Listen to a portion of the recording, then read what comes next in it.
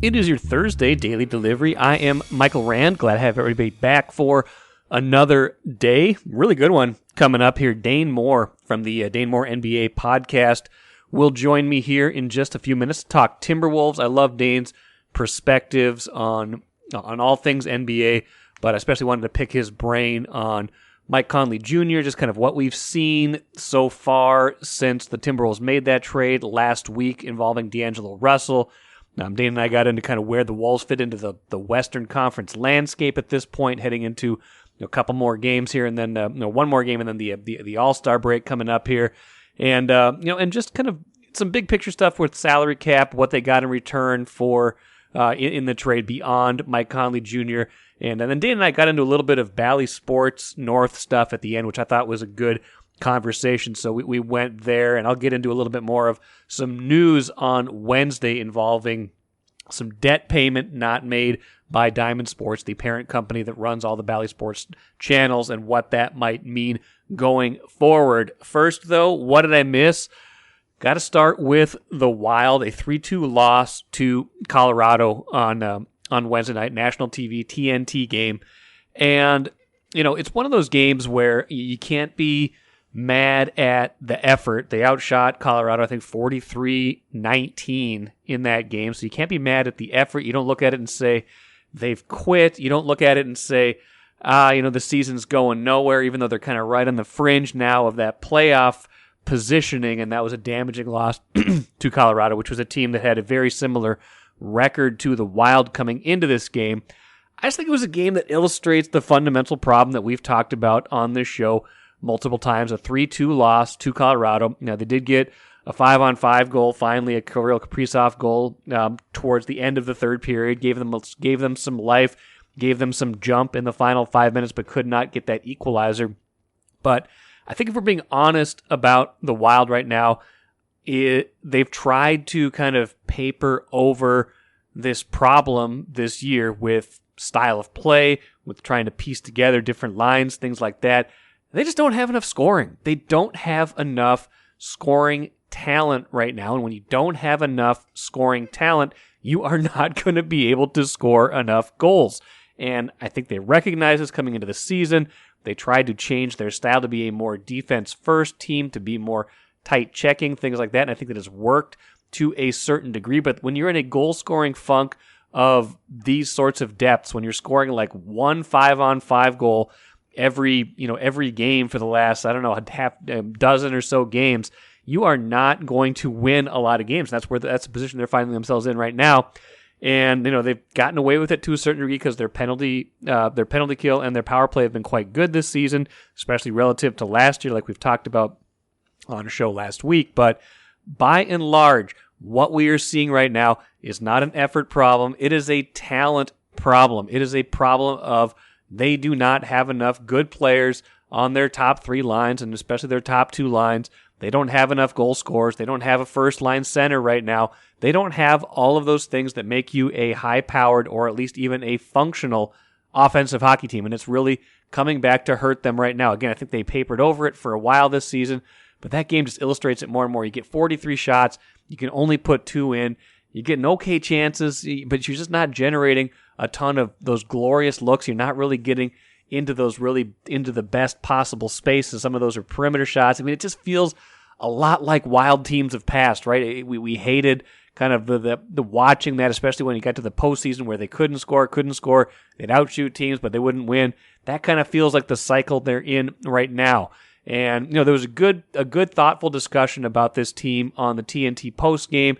Kind of the question posed, if you were Bill Guerin, what do you do with the trade deadline approaching in a couple weeks? What do you make of this roster? Do you go in for a player? And it was a good discussion. It was like, well, I don't think one of the points was I don't think the Wild's window of competing for a championship is this season. But the counterpoint to that is, but it's still valuable to try to make the playoffs, get that experience, and maybe go on a run in a Western Conference that's not particularly great this season. So maybe trading for a goal scorer at the deadline, if it's not going to be extremely costly, is a good move. But, they were pretty honest. Like, the Wild missed Kevin Fiala. That was brought up in the context of that postgame. We've talked about that. They absolutely missed Kevin Fiala this season. 27 even strength goals this season. I think 33-34. I'm sorry, last season, 33-34 overall last season. Really anchored that second line, gave them a really potent second line. It really looks like Kirill Kaprizov, he did score tonight, but he's really pressing around, looks like he thinks he's the only one that can score in an even strength situation. And guess what? He's right. He seems like the only one who can score right now, and he was the only one who did score 5-on-5 in Wednesday night's loss. So what they do going forward, again, is going to be kind of this balancing act as Bill Guerin push something in at least to say, okay, I recognize we got to do something here if we're going to make the playoffs this year. If this team is kind of hitting a wall, they need an injection of scoring. Do something there to try to make that move. Or does he say, you know what? It ain't happening this year. We got to wait. We got to develop. We got to kind of take our lumps this year. Maybe it's not as important. Maybe the crew that is here gets out of this funk and gets itself into the postseason anyway. I don't know what he's going to do. I do know this. They don't seem like they have enough depth of scoring right now. They don't seem like they have enough talent up and down the lineup, and it's really frustrating because Kaprizov is still top 10 player in this league right now. He is a top 10 scorer in this league right now. He needs more help. He needs more support. He's not getting that right now, and it is showing right now with this team. Just not enough scoring punch, and that is all you can say about this team right now. Take a playcation to Mystic Lake. With 24/7 gaming, the good times never have to end. And you can satisfy your cravings at our restaurants and bars. Or relax in one of our luxurious hotel rooms. Those that play together, stay together. And don't forget to join Club M so you can spark new memories and bask in the rewards along the way. Follow the lights to Mystic Lake, where every day is play day. So let's bring in Dane Moore right now from the aptly named Dane Moore NBA Podcast. Does a great job covering the Timberwolves and has done that for a long time and a very successful podcast. And Dane has talked about this a lot on his show already, but I wanted to engage him on some Mike Conley trade stuff and what we've seen, at least in the first two games, with him in a Wolves uniform. Dane, how are you? I'm good, man. Let's do it. There's no thing is too much Mike Conley talk. There's never too much. We can always fire away. Never too much Mike Conley talk, unless this just winds up being like a total meh trade at the end, which entirely it could be. Like both teams go like 13-11 down the stretch. Come on, Rand. You know that only leads to more talk. That's true. Then it's like, now what are they going to do? Yeah, it's always next year. There's always next week when you're covering or watching the Timberwolves. But there's a lot of interesting things about this trade, and we have a very limited sample still, of course, of just watching two games of Conley with the Wolves. But going into this at least, and we've seen a little bit of this already, and I heard you talk about this, I think in the podcast, like almost immediately after the trade, where you're trying to figure out like the whole idea of this has been fit to a certain degree, right? Like I don't think a lot of us are sitting here saying 35-year-old Mike Conley is a completely better basketball player than D'Angelo Russell. I think D'Angelo Russell does a lot of things better than Mike Conley, but if we're talking about fit with the Wolves and specifically with Rudy Gobert, what to you, Dane, makes the Conley-Gobert pairing potentially better than a D'Lo Gobert pairing? What about that, aside from familiarity, of course, and we can get to that, but aside from the fact that we know it has worked, why does it work maybe more so than what we saw with D'Lo and Gobert? I think you got to focus on the defense. It's natural for people to look at the Conley and Gobert and the pick and roll chemistry that they had in Utah and develop there that, quite frankly, D'Lo and Rudy never developed. But, for me, when I thought about D'Angelo Russell pre-trade and just building a team with D'Angelo Russell, even when the shooting elevated and was clutch and extremely, valuable to this team, I always went back to the idea of what does this look like in a playoff series? And specifically, what does it look like defensively? And as we went through the beginning of the year and you bring in Rudy to fix the defense, I never got the feeling that it was fixed. I think you moved D'Lo into a different defensive position functionally once you got rid of Patrick Beverley, Jared Vanderbilt, Malik Beasley. And as I was watching the first 50 games or so of the season, I'm like, that role made it very hard for me to believe in the Wolves as a defensive team in the playoffs. And so it got to the point where I felt like ultimately that is going to need to lead to a roster change. You're going to need to massively address the perimeter defense on this team, yes, in one way or the other. And I think you remove D'Lo from the equation, you can now do things a little bit differently defensively. I think there's an added reliability to Conley, who, at 35 years old is not the athlete that he was in terms of what he can do defensively, but so much of, particularly in a Rudy Gobert led defense, it's so much about doing your job, right? And a consistency to the actions that you're required to do, staying attached to the guard, pursuing and closeouts, those type of things. Yeah. And I believe in that a lot more. I think we saw that in the Dallas game on Monday a bit. And it just makes me not go into a playoff series and think this team has a serious chance to be exposed defensively. So I focus on that side of the ball probably as much, if not more, than the offensive side of the ball. That's interesting, because I think people would look at it instinctively and say, a guy who's 9 years younger probably shouldn't be as good of a perimeter defender. I'm 9 years older, shouldn't be as good of a perimeter defender. But if you're saying it's more of a fit thing, especially like you said with a Gobert defense, it is more understanding, like how do you funnel things to him? How do you play to his strengths? Because he is going to be, on almost every team, the best defensive player. And Jaden McDaniels is a very good defensive player too. And we've seen glimpses from Anthony Edwards, stuff like that. But if we're talking about like just your flat out best player, you want to make things as easy for Gobert as possible.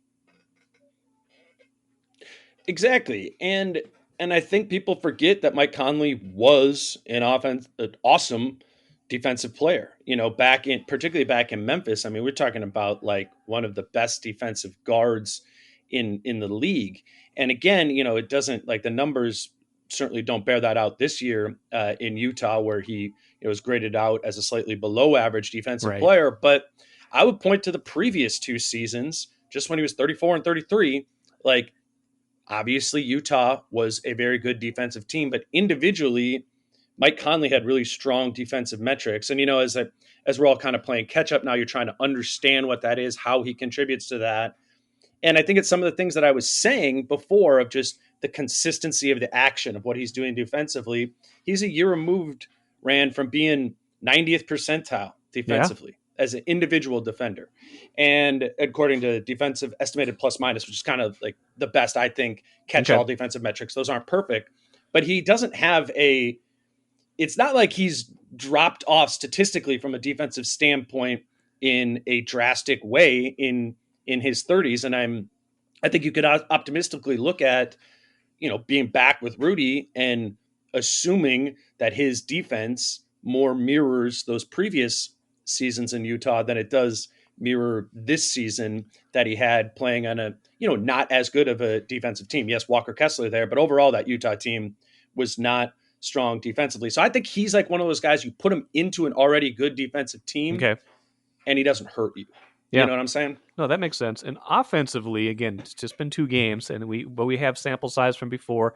And even in that Dallas game, I saw some things that kind of make you understand the chemistry that exists already there. There was an early kind of pick and roll on the baseline where Conley just make an easy pocket pass to Gobert for a dunk. I think I saw something in the start of the second half too, where they just had a certain understanding of what the other one was trying to do in that offense. I think you made an interesting point on your podcast a week ago where you said one thing you like about Conley, where you think it lends itself to working with Gobert, and these weren't examples of that because these were bounce passes that led to dunks, but in terms of the lob game, because he's got more of that intermediate floater game, those do kind of lend themselves more to the potential for a lob, right? You're not gonna throw a lob off of a 17-foot, a 17-foot mid-range jumper, nor are you going to throw a lob probably off of a drive to the rim, which is kind of what D'Lo's game is.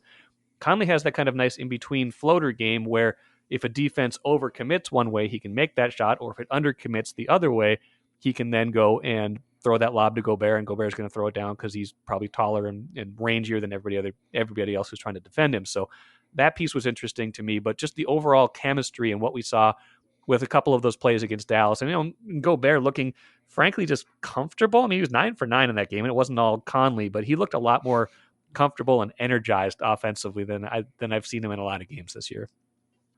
Well, I think the thing to focus on, or to first look at, is how did D'Angelo Russell and Anthony Edwards kind of operate once they come off of that screen? Like, we can all picture that. It's the kind of like the D'Lo cat and mouse game. He's trying to get into that mid-range area to take a jump shot, right? He moves at a slower pace once he gets to that spot. And Ant is, he's all downhill speed, right? And where you really find that lob is once you kind of get to that like 12-foot sort of area, there's a pace to getting to that position. And I think Conley does a really good job, or just the pace in which he does it. It's not that, like, obviously Ant's good at playing out of pick and roll and getting downhill and to the rim himself, and D'Lo's are really strong getting to the mid-range in that sort of way. But those speeds and cadences in which they attack didn't fit Rudy. And with Mike Conley, I think that use of the floater game, which quite frankly, like D'Lo nor Ant even have, just opens it up in the pace. It's like, if you just go watch it, it's like Rudy, you go back and look at the Conley to Rudy lobs, and there's just like, right when Conley's kind of slowing down in the mid-range area is when Gobert would start speeding up to the rim. And it's just like, it's jarring. If you can go look at it, there's so much more force to Gobert when he's a roller in that way. And I think it's a product of the cadence and speed in which the guard is coming off of that. That fits better for Gobert right now. Could have D'Lo developed that with Rudy to some extent? Maybe. Ant has to at some point. I mean, Ant has 21 assists to Rudy all season. They share the floor for 1,200 minutes. That's it? Bad. 21 assists? That has to change, but it's a product. Yeah. Yeah. Wow. Yeah, I didn't realize that, because Ant's been getting more assists in general this year and handling the ball more. That surprises me. Not to Rudy. Not to Rudy, that's for sure. It's a different, it's a different pace. And I don't think it's like, I mentioned that at times. People are like, why are you hating on Ant? Like, it's all-star and all that. It's like, no, like, Ant is an all-star without having used one of the most magnetic forces on the team around him for the entirety of the year. It's a reason to be like, man, Ant might level up, right? A year, 2 years from now. And once he gets that cadence with Rudy, it's just Rudy's goofy, man, right? Like Rudy moves at his own pace too. So you got to kind of accommodate for that. And I think Conley will sort of show Ant the way, the rhythm of which to do that. Yeah, that's interesting. And I think we saw that a little bit in these first couple games. I'll be interested to see, what we see in the Thursday game. And then obviously they get a little break, maybe a little chance to not only get away, but let Chris Finch get to the whiteboard, get in and kind of put on his mad scientist hat and try to figure out ways to cook up even more offense. But to your point, I think you made on your show earlier too, like Utah had a pretty good offense with Gobert and Conley kind of being central figures in it. I think they were like first and third in offensive efficiency the last couple of years. I was obviously with Donovan Mitchell, but if you imagine Anthony Edwards kind of in that Donovan Mitchell role, not quite as developed yet, not as nuanced a game, but still a dangerous scorer. And then you imagine ultimately getting Cat back, although maybe that's a question for another time, and as to the timing on that and how that all fits together. Like you see how this all can get better. It's just interesting to think of how Conley, not a more dynamic offensive player than D'Angelo Russell, but that the fit could unlock some things on this team. Mm-hmm. Yeah, it's right. It's the reason that, even dating back to September, October, I think some of the logical mentality was this was going to be better in year 2, year 3 with Gobert than it was going to be the first year, which is, I think, hard for us or the fan base to kind of intuit, given the fact that you give up five first-round picks to go get a superstar player. That seems on the surface to be a win now move. And I think it is, and they should be to some extent held to that standard.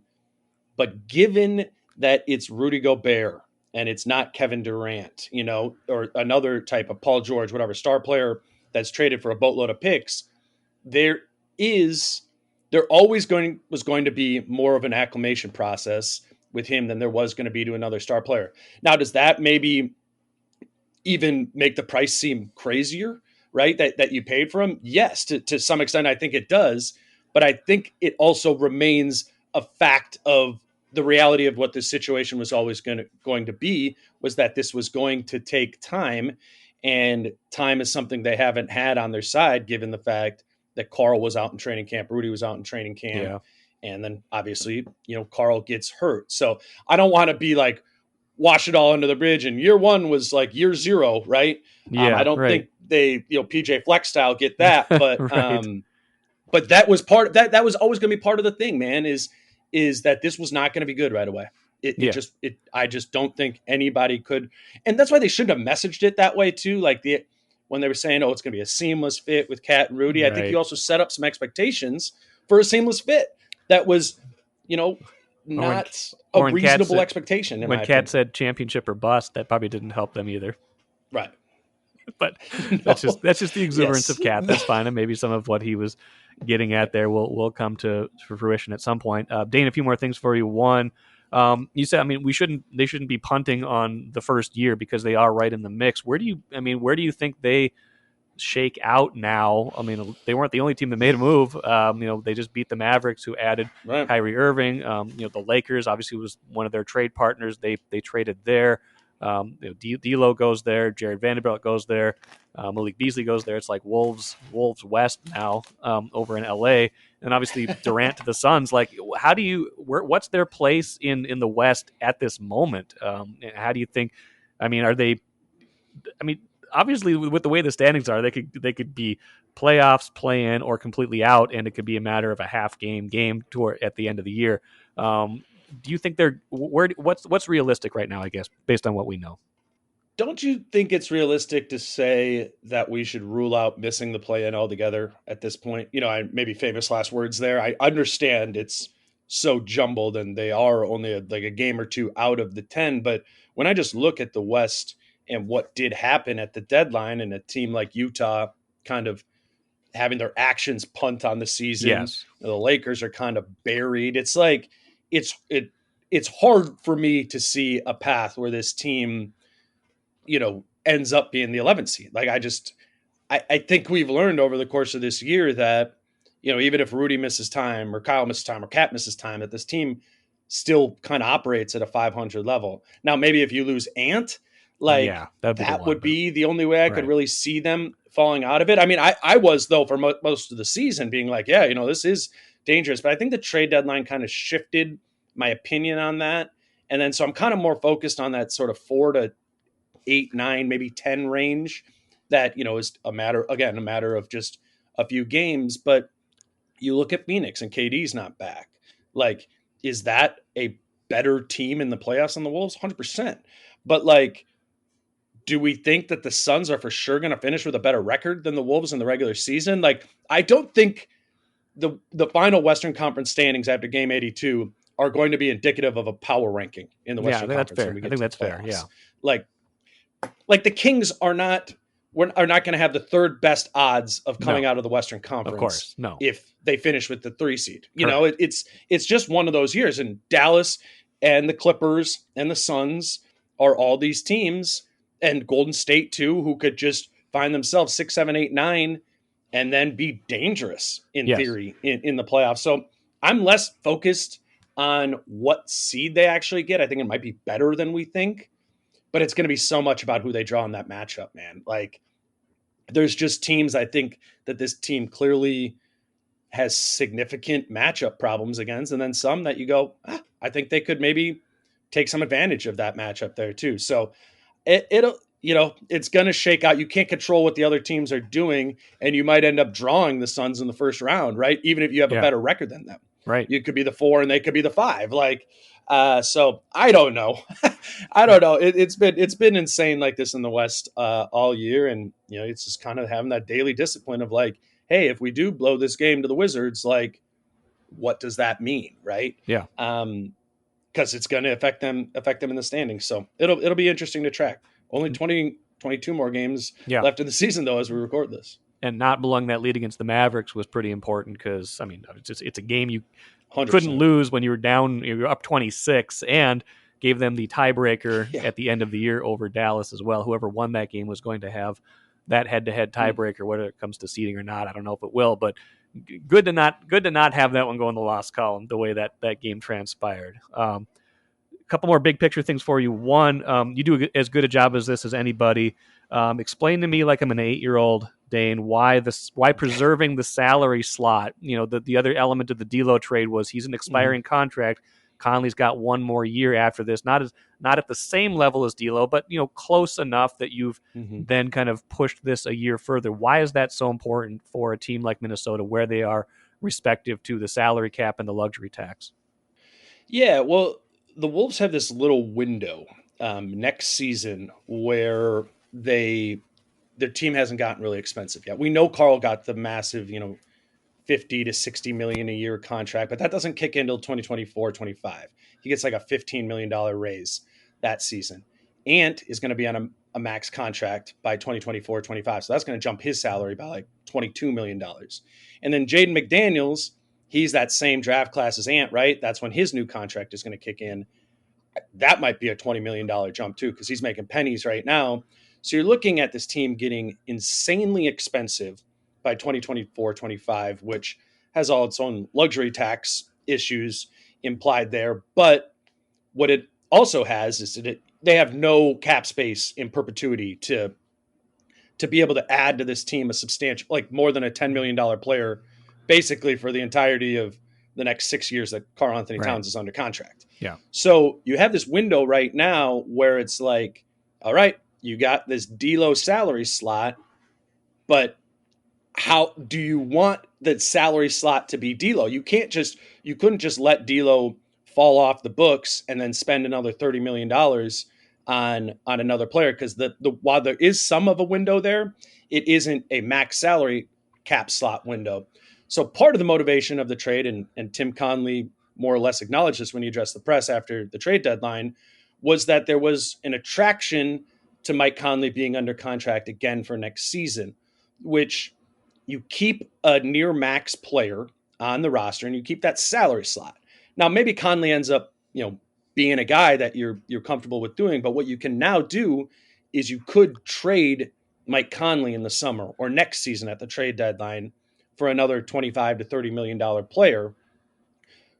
If you just didn't bring him in at all and you just let D'Lo walk or, his contract expire, you have no way of really adding that $25 to $30 million player. So it just gives, I guess the 8-year-old answer is, it gives you more optionality to add expensive players to this team as you go forward, and you would lose a really expensive asset just in that slot if you let D'Lo go, or you could have kept it by D'Lo, but you would have had to give D'Lo an extension. Right.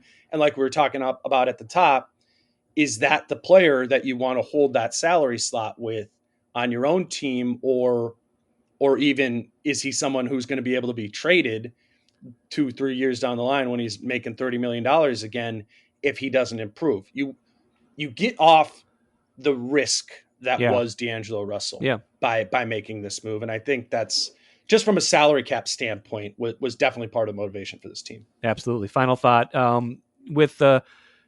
I think there's been some question about the value that they got in this deal, whether or not you love Mike Conley or love D'Lo. And there's D'Lo, man, he's a polarizing guy for sure. It's a love-hate with Wolves fans. A lot of love and plenty of people who are like, yeah, get that guy out of here as fast as you can. I was more on the latter end of that spectrum. But getting another player who doesn't, I don't know if he's going to factor into this much, but the 3 second-round picks, how do you think Conley did overall from a trade standpoint in terms of value? I was surprised by how much they got back, honestly, man. I remember just trying to get the information on what the second round picks were, and I was kind of like going into that being like, can they get anything, right? Are you going to be able to get any sort of asset back? And I went into the idea of, if you wanted to trade D'Lo, can you, one, preserve the salary slot? There's value in that. Can you get some draft capital back? There's value in that. And can you get a young player on a rookie scale contract? They did all three of those things. Now, was it the best player to hold the salary slot with in Mike Conley? Probably not. Was it a super attractive player on a rookie scale contract? No, Nickeil Alexander-Walker has not been that thus far. And then it was just second round picks rather than a first, But I think from the pick standpoint, what people need to remember is this team entered the trade deadline with no first round picks that they could trade. Yeah. And they only had 4 second round picks. So Yeah. now you've nearly doubled your draft capital in terms of functional tradable assets by going from 4 to 7 second round picks.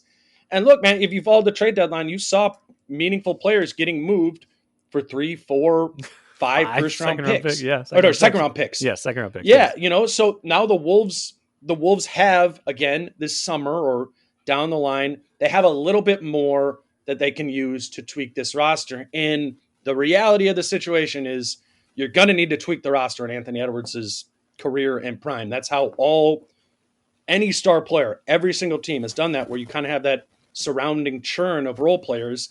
And this opens up a little bit more opportunity to be able to get those players to add around Ant in time. So I just from a value standpoint, again, those were the 3 things I was looking at. I think there is some intrigue to Nickeil Alexander-Walker, even though he's a free agent at the end of this season, though a restricted free agent, right? Which helps. So yeah, man, just from a value standpoint, in terms of assets, I was surprised it was as much as it was. Yeah, I was too. I thought you did pretty well in that deal. I mean, just to get 3 second round picks, again, those are not, and again, this is not like the 1 in a million hole shot of getting Nikola Jokic. There's cigarettes in jail. That's what it is. Like people are like, wait, so you want to get rid of Naz Reid so you could get second round picks to draft another Naz Reid? It's like, no, that's not what it is. This is how you get veterans on your team. Yes. Is draft picks. You trade the draft picks to get veterans. Like, yes, maybe 1 or 2 of them they will use on a second round pick, which, by the way, like Jalen Noel has some virtues. Josh Minot has some virtues. Yeah. Naz Reid wasn't even drafted. Right. Like Jordan maybe McLaughlin you can pick wasn't up drafted. I mean, a player. Exactly. So it's both values, and people need to not just focus on the idea that it's like, oh, cool, you think we're going to be able to replace D'Lo with a second round pick? Like, no, I don't. I do not think you will be able to draft someone as good as D'Angelo Russell with a second round pick. It's the idea that these are the things that get you better external pieces on other teams. It's how you build a roster out. It's not to just draft players. It's not just because he drafted Nikola Jokic in the second round, so he has some deep love for second round picks. I don't think was the motivation behind this at all. No. Well, and I think there was some hostility towards Conley, no matter what he was going to do, because people are still frustrated by how the Gobert trade has played out so far. And again, we'll see if Tim Conley and Mike Conley is going to be a complication, especially when you're talking about it for the next however long it is. But we'll see how that pairing works out. We'll see where they go the rest of the year. It's going to be interesting. This team is interesting always, no matter what. Gives you plenty to talk about, Dane Moore, on your NBA podcast. Listen to that, please, if you don't already, and plenty of people do already, but if you don't, check that out. And Dane, we'll talk to you soon, all right? Yeah, man. We might be due for another Bally Sports conversation on this episode or another. You see that? Yes, I did. They filing are for bankruptcy. They're missing their debt payment. They had a wonderful euphemism that I put on here.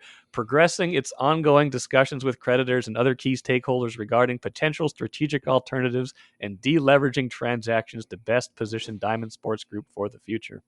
So that's a fancy way of saying, yuck. We are out of money. Sorry. Man, what a mess. What a mess. It's just, I mean, and we talked about this before too. We'll talk about it another time, but it is a bummer to me, and I know to you as somebody who cares about people being able to consume the Twins and the Wolves and the Wild, like that's what we want to do. They just haven't made it. Want it to be normal. They just haven't made it easy on people. They've made it way too hard. And even the app, I do it through the app now, and the app is fine, but they don't have the Twins on the app. Like I'm going to drop the app as soon as the season's over if they don't have the Twins, because what do you? They don't. No, they don't have agreements with the app. Major League Baseball only has an agreement. Only 5 teams have an agreement with them right now. So if they don't have an agreement with baseball teams, just forget about it. They're going to be out of the public. They're going to be out of the public consciousness for like 6 months if they don't have baseball. That's and I mean, it's dumb. I feel for our friends who work for Bally. Yes, I do too. And are wanting to be broadcasters and reporters and that sort of thing too. It's just a deep mess. Yes, and the games will still be on. I mean, this is not going to change anything in the immediate future, but whatever comes of this, I had Jason Gerwin on from the Streamable last week to talk about this, and he's really smart on all this stuff. He's like, whatever takes its place, Right, if there is like a direct to consumer option, like it's not going to be as valuable to the leagues, and that's going to be the thing that's really they've got to factor in is like, what is this going to mean for revenue going forward? Well, everything's changing. Everything's changing in the sports media world, and there will be a change, and it's about being quick to making that happen and not losing. It's like, honestly, to use a Timberwolves comparison, right? Like that franchise hurts today because for like a generation of Wolves fans, they had a fairly irrelevant product, right? Yeah. And it's extremely impactful on the now when the team is getting better. And it's, I don't think Bally Sports is going to be a problem for 15 years, but there is a micro value of that, right? If you don't watch the Twins for a year, I'm going to be far less inclined to watch them the following season, or the Wolves, or the like whatever. It's bad. It's bad for sports fans, and it's bad for sports business. And somebody will take advantage of this. Somebody will take advantage of this. This doesn't need to be as complicated as it's being made. No, you remove some of the greed from this, and we just get to watch sports. Yeah. That's what needs to happen. And charge what you need to charge, right? But just assign a value to the product. Let us choose if we want to pay for that or not. And let us bank on that being a consistent option. It's to keep yanking the football out before Charlie Brown kicks it is just, it's a sad thing and frustrating. I'm upset about it. Well, and you're not alone. Like, this is the thing that I get the most, like, emails and stuff about just consistently, because people are, it affects them. This is a core fan issue. Like, if you make it harder or more expensive or whatever it is, and to watch a game, then it's defeated. And the teams are frustrated by it too. I mean, especially I know, and probably know more about the Twins and their frustrations than anybody, but the teams are frustrated by it too. And there's only so much they can do because they've got contracts, but it's a mess. It's a total mess. I've talked with some of the Wolves players about it, and they're just like, "What? Yeah, wait, people can't watch the games?" Yeah. And I'm like, "Yeah, well, it's a little bit more nuanced than that, right. But yeah, again, particularly for the Wolves who aren't on national TV very much, right. It's like, I know for my dad has Hulu, right? Yeah, that's how that's his cable provider. Yeah, so he he would watch the Wolves. Right. He just doesn't have the opportunity. And then you take that break and you're like, I don't know, is this actually something I'm invested in and want to pay for once the time comes again? So, again, for the fans and for the Bally workers, I just want some normalcy there. Yeah. And I don't think that's too much to ask. Great conversation with Dane Moore. Really enjoyed him hopping on and joining me for that discussion. Like I said, we got into some Bally Sports North stuff at the end. That was unplanned, unscripted, but I wanted to keep it in there because I thought it was a good discussion. If you kind of got lost in there, like, what are these guys talking about? On Wednesday, Diamond Sports announced that they were going to miss a $140 million interest payment. That was expected, but that does trigger kind of this 30-day window where they're going to kind of reevaluate their debt. Could be a forerunner to bankruptcy, and bankruptcy could be a forerunner to renegotiating or, ending some of these contracts with these teams, these leagues. Major League Baseball could be the one impacted the most earliest. We don't know how that's going to play out. Dane's bigger point was how frustrating this has all been, the process over the years of people not having as much access to watching the Wolves, watching the Wild, watching the Twins on Bally Sports North, watching the Lynx, that sort of thing, with them disappearing from different channels, from different streaming services, from different satellite carriers, things like that. That's not really part of this equation, but part of the equation is this. If their financial situation is not going to be the one model going forward, what is going to replace it, and can that be a more effective, fan-friendly product going forward once this all gets sorted out? We don't know what it's going to look like. I think we do know, however, that it should look better than what we have been getting the past few years with these Bally channels. That will do it for today. Should be a good show coming up on Friday. Going to have some extended thoughts on Brian Flores. He was introduced as the Vikings defensive coordinator on Wednesday. He had some thoughts on, just the way he wants to run things here. So I'll pull a bunch of clips from that, talk through some of the most important things he said. I think we'll have some stuff on the Wolves game, and Randy Johnson will join me to talk Gopher hockey, that team down the home stretch of the regular season heading into tournament play here in not too long. Thank you so much for joining me here today. I'm Michael Rand, back at it again on Friday.